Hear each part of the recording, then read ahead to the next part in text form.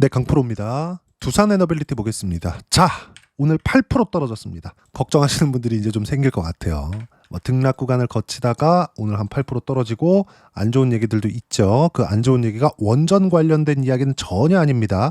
원전에 대한 향후 성장성이나 이런 부분들, 그리고 AI까지 포함해서 그 모든 내용들은 전혀 변함이 없다. 근데 한 가지 내용이 딱 쳐졌어요. 이 내용. 대주주 주식 양도세 10억 환원 추진, 지배 주주에만 유리하다. 우려가 있다. 그리고 여기서 요 내용입니다. 거버넌스 후퇴. 그쵸? 거버넌스 후퇴는 세금하고 연관이 있기는 합니다. 근데 주식 양도세 플러스 증권 거래세 이거하고는 전혀 상관이 없습니다. 오늘 두산 에너빌리티만 빠진 게 아니라 시장도 빠졌어요. 근데 종목에 빠진 거에 비해서 시장 그렇게 빠지지 않았다. 고르게 하락 구간이 있었지만 어떤 한 종목도 폭락 구간이 발생하지 않았다는 거죠. 이렇게 이야기를 하실 수 있을 겁니다. 그 전에 오늘 제가 딱 핵심 이야기. 오늘은 세금 관련된 이야기 그리고 거버넌스와 여기 주가와의 관계. 왜 양도세와 거버넌스를 묶는지 제가 약간 좀 의심이 되거든요. 그 부분에 대해서 이야기를 드릴 거고 결론부터 말씀드리자면 저는 오늘 한 주도 안 팔았습니다. 물론 저는 올라갈 때 사서 내려올 때 팝니다. 근데 내려올 때 파는데 그 내려올 때 파는 과정에서 추세 이탈이 나오는 가격대인지 아닌지를 구분해서 파는 거지 그냥 내린다고 무작정 파는 게 아니에요. 그 부분에 대해서도 명확하게 짚고 넘어갈게요. 오늘 걱정하시는 분들이 많을 것 같은데 딱 한 가지만 기억하세요. 성장성, 향후 성장성에는 전혀 변화가 없고 무엇보다 중요한 점, 주식시장은 선반영하는 과정에서 주가가 먼저 올라간다. 이것만 기억하자고. 두산에너빌리티가 4월 달부터 여기 6월 끄트머리까지 이 가격대가 2만 원부터 7만 원입니다. 그러면서 시가총액이 40조까지 올라왔어요. 우리 그냥 심플하게 볼게요. 2만 원부터 8만 원까지 갖다 치고 10조에서 40조 갔다고 칩시다. 2만 원이었을 때 10조가 넘었고, 그쵸? 지금 고가 40조니까 오늘 종가 기준입니다. 근데 여기서 대략 한 20% 정도 추가하면 한 50조 정도 되잖아요. 그러니까 4배 올라간 게 맞아요. 대략적으로 봤을 때. 그러니까 이 부분인데 기업, 두산 에너빌리티가 이 정도 성장했나요? 안 했단 말이야. 그래서 지금 뭐가 나오고 있는 건가요? 선반영이 나온 거다. 선반영이 나왔다는 건 뭔가요? 미래 가치를 반영하고 있는 거다. 그럼 이 미래 가치가 훼손되기 전까지는 주가가 빠지지 않는다. 근데 미래 가치가 훼손되는 약간의 움직임만 나오더라도 주가는 이런 등락 구간은 있을 수 있어요. 단기간에 많이 올랐으니까. 근데 추세를 이탈하는 게 먼저 나온다. 근데 그 추세를 이탈하는 과정이 여기까지 쭉 급락해서 나오는 게 아니라 이 구간에서 나온다. 이 구간에서. 그리고 여기에서 어떤 부분을 봐야 되는지 제가 타점까지도 이야기를 항상 드리죠. 매일매일. 나는 이렇게 매매합니다. 저렇게 매매합니다. 기본적으로 매일매일 타점에 대해서 공유를 드리고 있는데 오늘도 그 부분을 체크하고 가죠. 자, 내용 보시면 제가 딱 두 종목 보여드릴게요. 먼저 이따가 또 보여드릴 건데 하나오션 보세요. 제가 작년 11월 그리고 12월 그리고 12월 말까지 해서 매매 구간 4번 잡았습니다. 그리고 나서 25년 1월 그리고 25년 2월 달 이랬을 때 수익 구간이 어디까지 나왔느냐?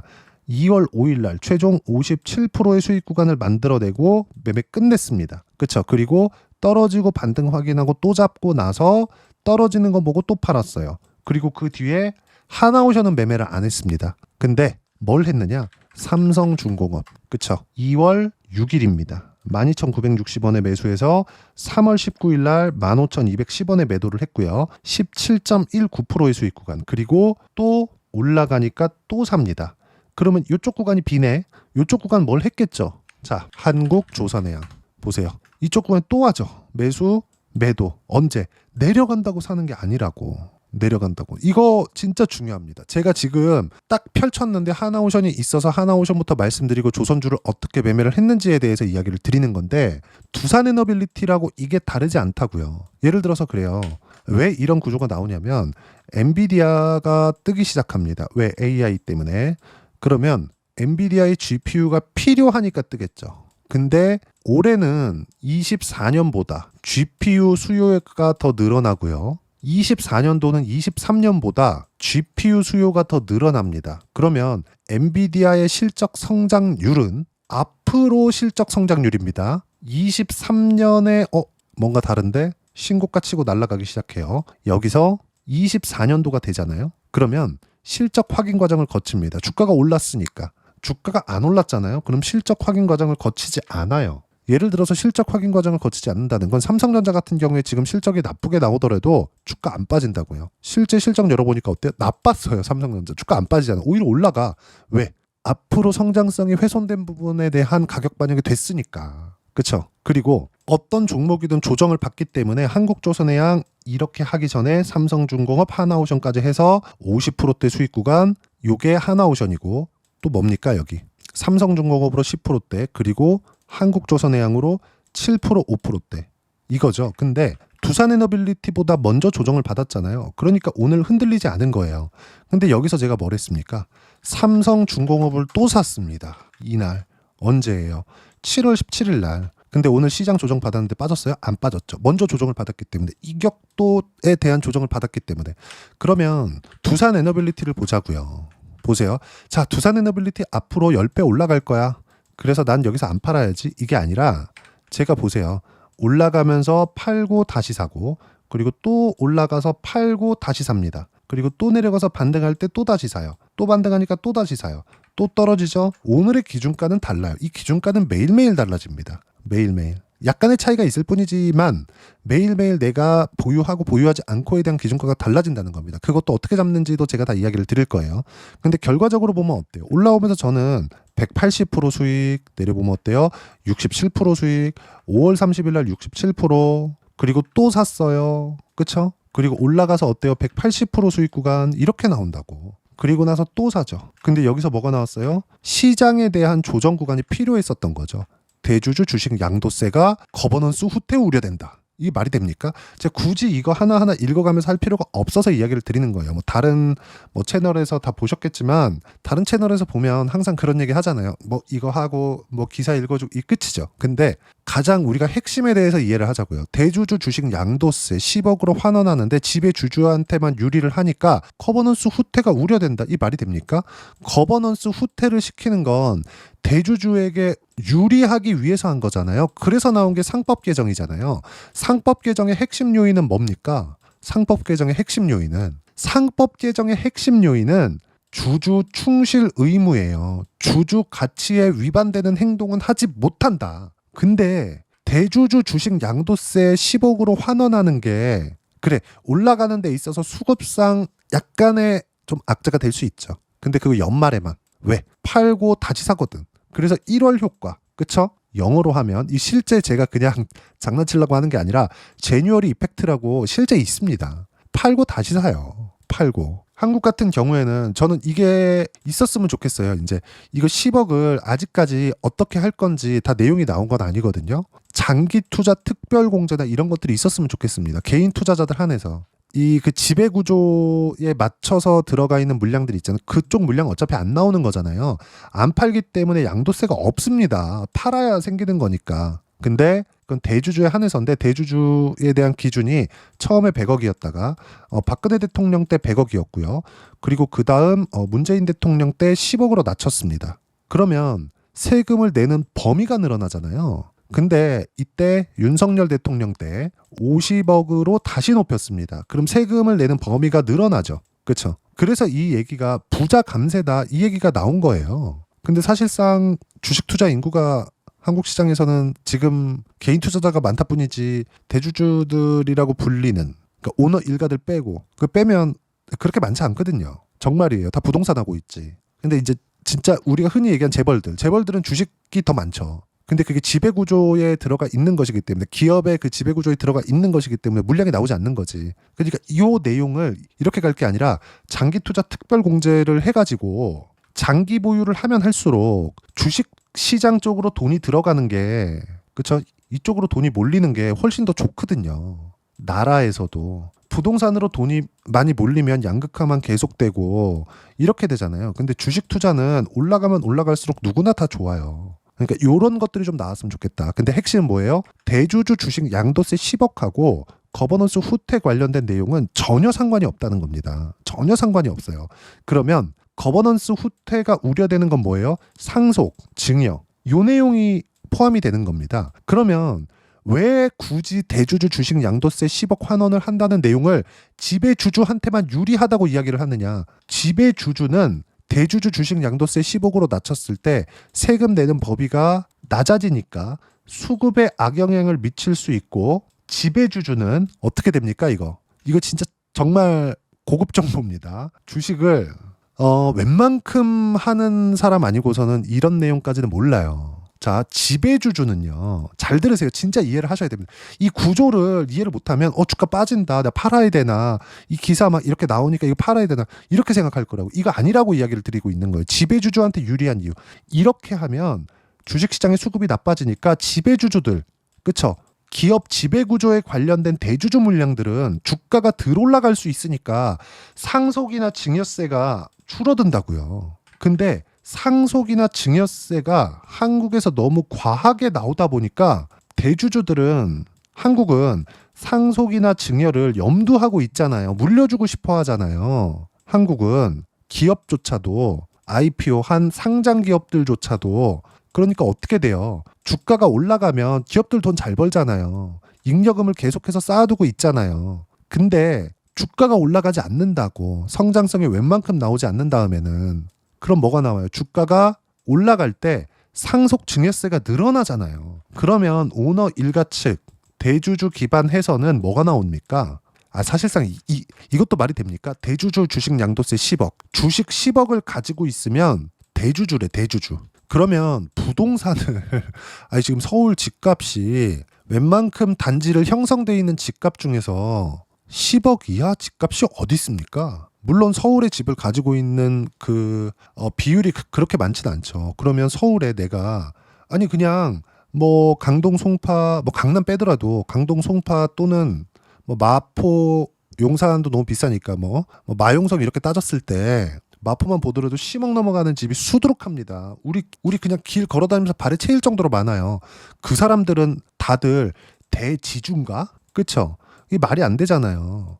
그래서 이 이름 자체를 바꿔야 된다. 10억 이상을 가지고 있으면 양도세를 낸다. 하지만 장기 보유했을 때, 그쵸? 1년 보유하고 2년 보유하고 했을 때 세율을 깎아주는 거죠. 그래서 보유 기간을 늘릴 수 있게 가는 게 맞다. 요건 뭐 제 의견이긴 하지만 기본적으로는 대주주 주식 양도세가 거버넌스 후퇴 우려하고는 전혀 상관이 없다. 거버넌스 후퇴 우려가 있기 때문에 상법 개정을 하는 건데 상법 개정이 저는 제 생각입니다. 100% 상법 개정에 들어가서 정말 잘 돌아가려면 상속이나 증여세를 건드려야 됩니다. 이 세율을 낮춰야 돼요. 이중과세 논란도 있고 지금 말들이 많잖아요. 이것 때문입니다. 근데 굳이 구태여 왜 요 내용을 붙여서 나올까요? 언론하고 이 대기업 집단하고 뭔가 이 커넥션이 있지 않고서는 이쪽으로 자꾸 시각을 돌리려고 해요.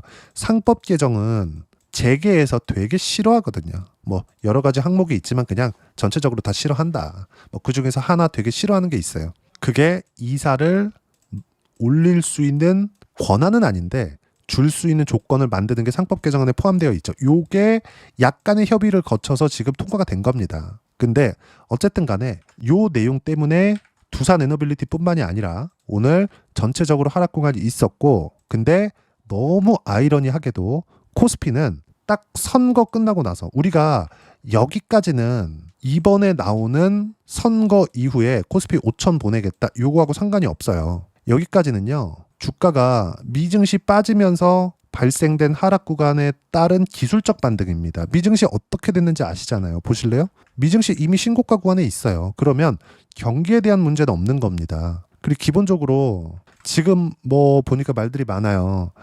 뭐 정부에서 그럼 그렇지. 오늘부터 나오잖아요. 그 소비 쿠폰 그거. 그쵸? 이러니까 그래. 돈 뿌리고 이렇게 걷는구나. 또 뒤통수 맞았네.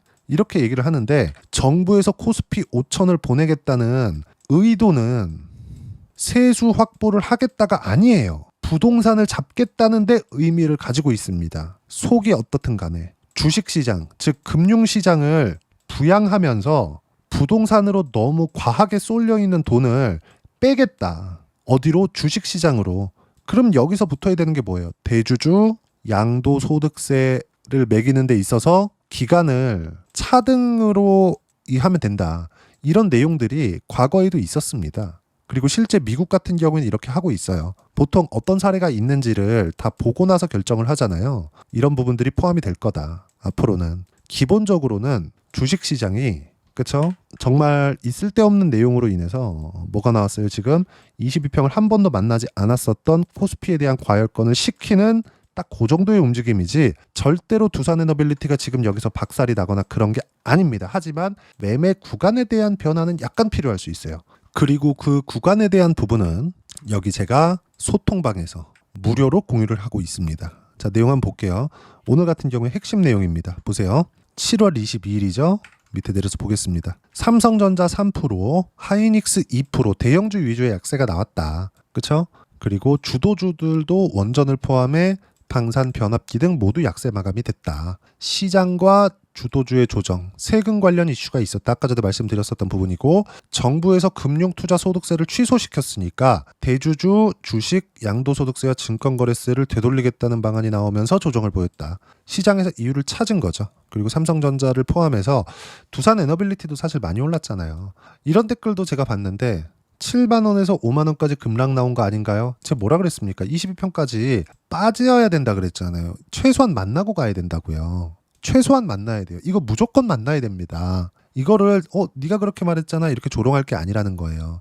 그리고 하나 생각해 봅시다. 원전은 지금 어떤 모멘텀을 가지고 있나요? AI 모멘텀을 가지고 있죠. AI 모멘텀을 가지고 있다는 건 미국 주도로 일어나고 있는 일이라는 겁니다. 한국에서 뭐 풍령, 뭐 이번 정부는 뭐 원전에 관심이 없다 이런 얘기들에 대한 중요한 부분이 전혀 없어요. 미국에서 밀고 가는 사업 이 구조 안에서 뭐가 나왔습니까? 전기 부족 사태가 나왔고 그건 AI 때문이고 여기서 미국 같은 경우에도 이미 투자가 들어가고 있어요. 원전에 대한 투자도 앞으로 나올 겁니다. 근데 이미 투자가 들어가고 있는 종목군이 뭡니까? 변압기예요. 현대일렉트릭 이거 주봉으로 볼까요? 현대일렉트릭 얼마나 많이 올랐는지 아직까지 신고가죠?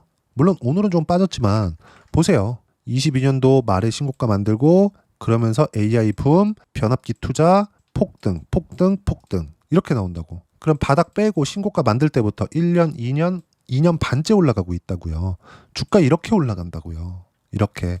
그럼 변압기를 해서 미국의 인프라 투자 다 끝냈습니다. 그러면 뭘 해야 됩니까?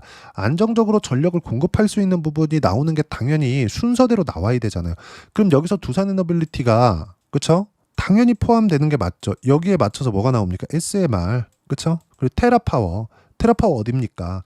필 게이츠가 만들어 놓은 거예요. 그리고 이건 뭐예요? 친환경이에요. 친환경의 기본은 뭡니까? 탄소 배출을 없애는 것입니다. 물론 원전도 그쵸? 원전도 그게 있습니다. 원전도 뭐가 있습니까? 이거 다 쓰고 남은 연료봉 그쵸? 폐 연료봉 처리를 어떻게 할 건지 후처리에 대한 부분이 있어요. 근데 최소한 탄소는 나오지 않는다.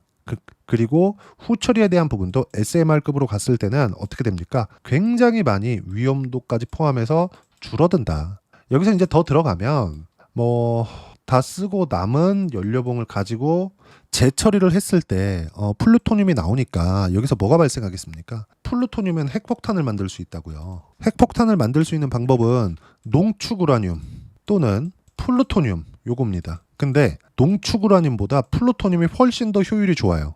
요거는 제가 과거 영상에다가 올려놨었는데 지금 이야기하면 너무 길어지니까 여기까지만 하겠습니다. 근데 이 플루토늄을 나오는 작업, 재처리, 그쵸? 폐연료봉에 대한 재처리를 할 수 있는 국가가 한국은 포함이 되지 않는다. 일본은 돼요. 미국이 일본은 믿는데 한국은 믿지 않아요. 더 얘기하면 논란이 될 것 같아가지고 이거 뺄게요. 그쵸? 일본은 되는데 한국은 안 된다. 자, 계속 갑니다. 기본적으로 핵심 사항은 그거라는 거죠. 변압기 깔았다. 그럼 안정적으로 전력 공급할 수 있는 거. 근데 약간 친환경이었으면 좋겠어. 그럼 뭐예요? 원전 말고는 답이 없다. 그래서 결과적으로 화석연료를 계속해서 태울 거야. 이렇게 얘기를 했었던 트럼프 대통령조차도 뭘 했습니까? 2050년까지 원전 르네상스를 열겠다. 근데 중요한 건 주가가 올라가는 건 실적이 늦게 터질수록 좋은 겁니다. 늦으면 늦을수록 좋아요. 왜? 미래 가치를 반영하니까. 실적이 나오면 빠집니다. 이 부분에 대해서도 제가 계속해서 이야기를 드렸죠. 그리고 어떤 식으로 타점을 잡을 건지. 그리고 오늘 같은 경우에도 제가 뭐라고 그랬어요? 7월 22일 날 오후 12시 8분에 두산에너빌리티가 5% 내릴 때 5% 하락 중 오후 3시 62,300원 이하 매도 예정이다. 근데 오후 3시 기준에서 어떻게 됐어요? 62,800원 3시 6분에 62,800원이었기 때문에 가격 터치를 안 했습니다. 지켰죠? 보유했습니다. 이렇게 해야 된다. 매매 구간이 바뀌는 점은, 그리고 이 모든 내용은 소통방에서 무료로 공유를 해드리고 있으니까 구독과 좋아요 눌러주시고요. 댓글 하나씩 달아주시면 무료 입장 가능하고요. 입장 링크는 여기 010-8713-1916으로 구독이라고 문자 보내주시면 소통방 입장 링크 순차적으로 공유를 해드리도록 하겠습니다. 자, 그러면 소통방에서 진행하고 있는 내용 똑같이 따라서 매매를 했을 때 어느 정도까지 수익 구간 만들어낼 수 있는지 그 부분은요, 제가 정확하게 그냥 이만큼 계좌를 오픈해서 이야기를 드리는 사람은 없을 겁니다. 그리고 이렇게 디테일하게 설명할 수 있는 경험이 유튜브에서 몇 안 됩니다. 괜히 나와가지고 뭐 공매도 어쩌고 저쩌고 이런 얘기만 하고 있잖아요. 이런 거 싹 다 무시하면 됩니다. 공매도도 제가 이따 보여드릴게요. 공매도 나와서 빠진 것 같죠? 아니에요. 전혀 아니다. 시장이 조정의 빌미를 찾고 있었고, 그리고 거기에 맞춰서 가장 많이 올라간 종목군들 위주로, 그쵸? 약간의 매도 물량이 몰렸을 뿐이지 뭐 세력들이 이탈했다 나왔다 이런 구간은 전혀 아니니까 걱정 안 하셔도 됩니다. 그리고 저는 신고가 구간을 공략했을 때 180%의 수익 구간, 그리고 오늘도 단 한 주도 팔지 않았다. 그리고 그런 내용들을 소통방에서 공유를 했죠. 근데 보세요. 조선주 한번 볼게요. 한화오션 오늘 1.8% 올랐어요. 먼저 뭐가 나왔죠? 조정 구간. 여기가 바닥이다. 제가 바닥에서 샀나요? 아니요. 확인하고 샀습니다. 어때요? 시장 조정받아도 수익 구간. 두산에너빌리티도 오늘 빠졌지만 어저께 매수한 가격대에서 1% 내외로 차이가 납니다. 그냥 보유하면 되는 거예요. 그리고 이런 부분들 실시간으로 제가 공유를 합니다. 근데 하나오션 같은 경우에도 여기 1월 달에 제가 신고가 구간을 공략한 결과 57%까지 수익 구간 만들었다고. 2월 5일이잖아요. 그리고 이때 제가 삼성중공업까지, 그쵸? 같이 매매를 한 결과 삼성중공업 이미 10% 내외의 수익 구간에 있다. 오늘 빠졌어요? 아니요, 안 빠졌어요. 뭐가 나왔나요? 먼저 조정을 받았다. 근데 지금 두산에너빌리티도 어떻게 되고 가고 있어요? 어때요? 이렇게 된다고요. 안 판다고요. 안 팔아요. 근데 왜 안 파는지 그 구조, 매일매일 바뀌는 가격대에 대해서 이해를 해야 되고, 그런 가격대를 제가 이런 식으로 소통방에서 무료로 공유를 해드리고 있으니까 구독과 좋아요 눌러주시고요. 댓글 하나씩 달아주시면 무료 입장 가능하고요. 입장 링크는 여기 010-8713-1916으로 구독이라고 문자 보내주시면 소통방 입장 링크 순차적으로 공유를 해드리도록 하겠습니다. 자, 그러면 이렇게 100% 이상씩의 수익 구간 만들기 위해서 제가 강조를 드리는 점, 무조건 선반영 구조를 이해해야 되는데 이러기 위해서는 어떤 부분을 보고 파악해야 되는지 그 부분인데, 여기 두산에너빌리티의 단기 보유 전략, 가격 전략 두 가지입니다. 단기는 2주입니다. 2주 동안 내가 어떻게 수익 구간을 만들 것인지 그 부분이고, 그러기 위해서는 가격에 대한 부분 너무 중요하고요.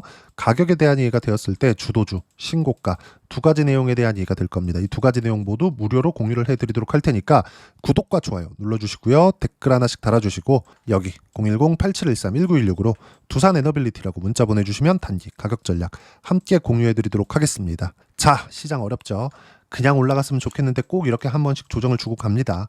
근데 그만큼 많이 올라왔기 때문에 그렇다. 정확하게 제가 매도를 하더라도 다시 매수할 수 있는 타점 잡을 수 있습니다. 이 모든 내용들 소통방에서 공유를 해드릴 거고요. 그 내용으로 인해서 180%대의 수익 구간 만들어낼 수 있다. 자, 그러면 두산에너빌리티에 대한 실시간 타점 플러스 다른 주도주에 대해서는 제가 여기 소통방에서 무료로 공유를 해드릴 테니까 구독과 좋아요 눌러주시고 댓글도 하나씩 달아주시고 입장 방법 확인해서 들어오시면 되고, 무엇보다도 두산에너빌리티와 함께 7월달 지금 들어온 이 조정 구간에서 어떤 종목을 공략해야 되는지 제가 딱 한 종목만 준비를 해놨으니까 영상 끝까지 시청하시고요. 모든 분들이 성공 투자하셨으면 참 좋겠습니다. 네, 주식 투자를 할 때 항상 체크해야 될 부분이 있습니다. 자, 제가 영상 초반부에도 이야기를 드렸지만 항상 주식 투자에서의 시세, 즉 주식 시세는 가격이 먼저 반영한다는 점입니다. 자, 어떤 호재나 악재를 찾으실 텐데 그런 호재나 악재를 찾아서 우리가 매수와 매도를 반복했을 경우에는 주식 시세가 올라가는 과정에서 꼭 내 것만 털리고 올라가는 경우가 비일비재했을 겁니다. 제가 매매를 했었던 종목군들 중에서 어떤 식으로 시세가 진행되고 연결이 되기 시작했었는지 그 부분에 대해서 한번 체크를 해보고 넘어가도록 하겠습니다. 자, 제가 먼저 조회를 눌러서 이야기를 드릴 텐데 이렇게 조회를 눌러서 먼저 보여드리는 건 조작이 불가능하다는 걸 먼저 보여드리는 거고요. 자, 내용 한번 보겠습니다. 자, 재룡산업 시세 구간, 올라가는 구간 확인하고 나서 매매를 한 경우에 34%대 수익 구간. 자, 다음 종목 한번 보겠습니다. 한화오션 신고가 이후에 다시 상승하는 구간, 그리고 수익 구간은 57%까지 늘어나는 부분이 있습니다. 공통점이 있다는 겁니다. 먼저 돌려보면서 이야기를 드리도록 할게요. ABL 바이오. 자, 이것조차도 마찬가지죠. 시세 이후에 다시 큰 폭의 급등 구간, 그리고 76%까지 시세 구간이 발생했다는 점. 어떤 종목이든 가격대가 올라가는 부분이 먼저 나왔다는 게 핵심 포인트예요. 자, 다음 종목 보겠습니다. 자, 자람 테크놀로지입니다. 어떻습니까? 이것조차도 마찬가지죠. 74.8%의 수익 구간을 냈는데 단 3일 걸렸습니다. 시세가 나왔었던 구간은 동일하게 신고가 이후에 발생했다는 점. 그리고 마지막으로 두산 에너빌리티. 두산 에너빌리티도 계속해서 상승 구간을 만들어가고 있지만 당연히 신고가 이후에 시세가 나오고 있다는 점. 호재나 악재 때문에 이 내용으로 인해서 주가가 올라가는 것은 맞지만 어디든 간에 가격이 먼저 반영하는, 즉 신고가 구간 이후에 50%, 60%, 70%대 수익 구간이 나올 수 있다는 점. 자, 우리가 세력들도 아닌데 계속해서 시장을 추적 관찰할 수 없겠죠. 가장 효율적으로 볼 수 있는 방법에 대해서, 그리고 거기에 맞는 종목을 딱 한 종목만 준비를 해왔습니다.